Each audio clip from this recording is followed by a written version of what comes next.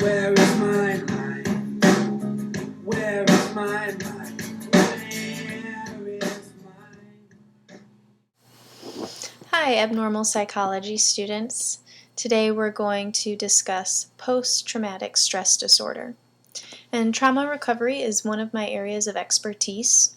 Unfortunately, the rape and sexual assault incidence is unacceptably high in the United States, with the National Institute of Justice and the Centers for Disease Control and Prevention estimating that 1 in 6 women and 1 in 33 men experience rape at some time in their life. And the number is more like 3 in 5 for transgender individuals. And this means that most of you who plan to become therapists will, by necessity, have to be experts in trauma recovery. I'm going to share with you some of my work with a 19-year-old biracial female college student. She presented to therapy with symptoms of anxiety, depression, suicidal ideation, self-injurious behaviors like cutting, restricted eating, and purging. She additionally disclosed that she had been raped by a male who was known to her when she was 16, and then was gang raped by 2 males who were known to her when she was 18. She reported symptoms of Ptsd, including hypervigilance, avoidance of unfamiliar environments, nightmares, and paralyzing fear of meeting her perpetrators again.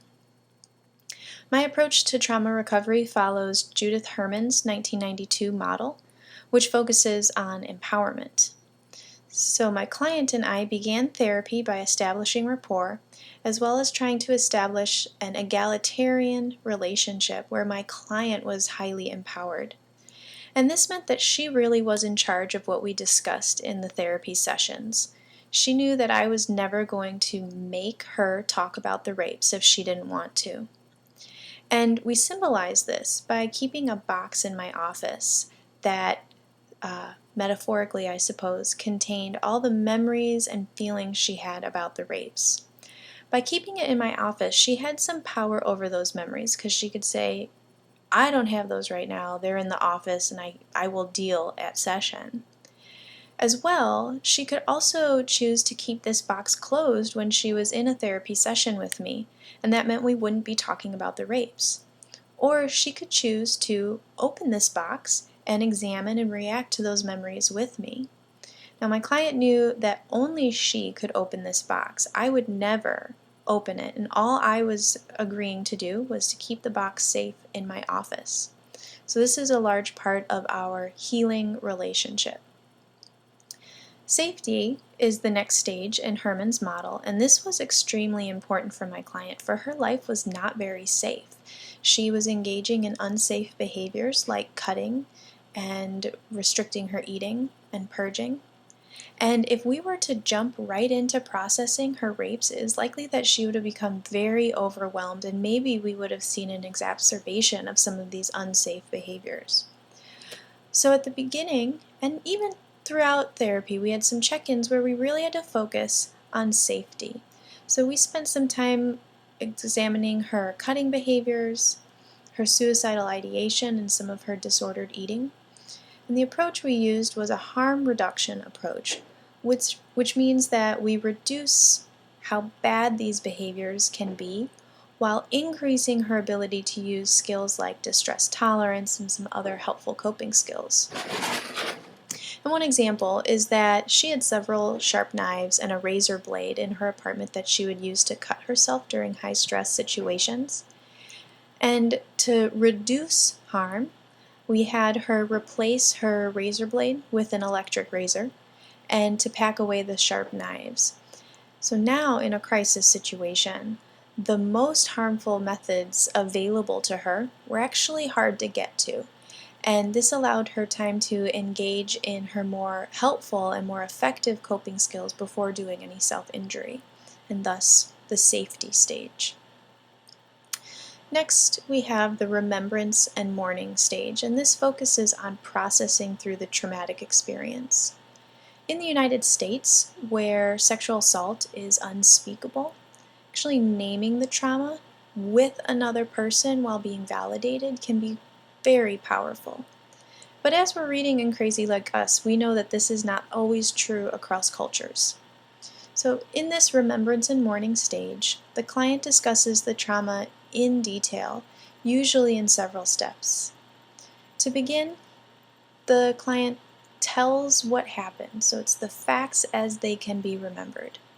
And then we deepen the processing a bit by having the client tell what they saw, heard, smelled, felt, tasted during the trauma. And then the next step is to go a bit deeper and do a cognitive processing where the client tells what they were thinking through the trauma. And finally, even deeper, the client tells the story of the trauma, but this time focusing on what she was feeling. And usually this is going to take place over several therapy sessions. What typically happens is the client becomes stuck somewhere in their story, and this usually identifies a part of the experience that is maybe most challenging for the client. And my client felt so disgusting and felt so ashamed about what happened to her that these feelings often halted her in her processing. She would be too ashamed to tell me what happened next, or she would feel too ashamed to tell me what she was thinking during the trauma. Now, the remembrance and mourning stage is interesting and helpful because it helps identify these stuck points, but really the beauty is in the client's ability to really test some of these beliefs that are keeping them stuck as victims of trauma. So my client believed that she was disgusting because of what happened to her, and she was sure that I would not be able to stand her if I knew the full story. Because we had done a lot of work on our relationship and we had established trust, my client eventually did take the risk to share the full extent of her rape story with me and challenge the belief that I would find her disgusting. And this is called a corrective emotional experience. And according to Carl Rogers, that really is the stuff of transformation when we can experience this corrective experience. So after remembrance and mourning, we get to the reconnection stage, Herman's final stage of the model. And this is all about taking power back from the rapist or from the perpetrator, and also to find a mission. Now, many survivors, they'll volunteer with women's shelters, they might work at a crisis clinic, they become therapists themselves, or they find some other way to give meaning to their life and give meaning to their experience. One way that my client chose to take power was by destroying that box of rape memories that she had been storing in my box. Not in my box, in my office, excuse me. She said that she no longer needed to keep them there because she was more powerful than them now. So she didn't have to keep them in a safe place. And in one of the most memorable sessions that I've ever facilitated, my client ripped this box to shreds while saying that she can deal, and she's more powerful. So those are the 4 stages of Herman's models as I've applied them in my work with a pretty phenomenal survivor. Thanks.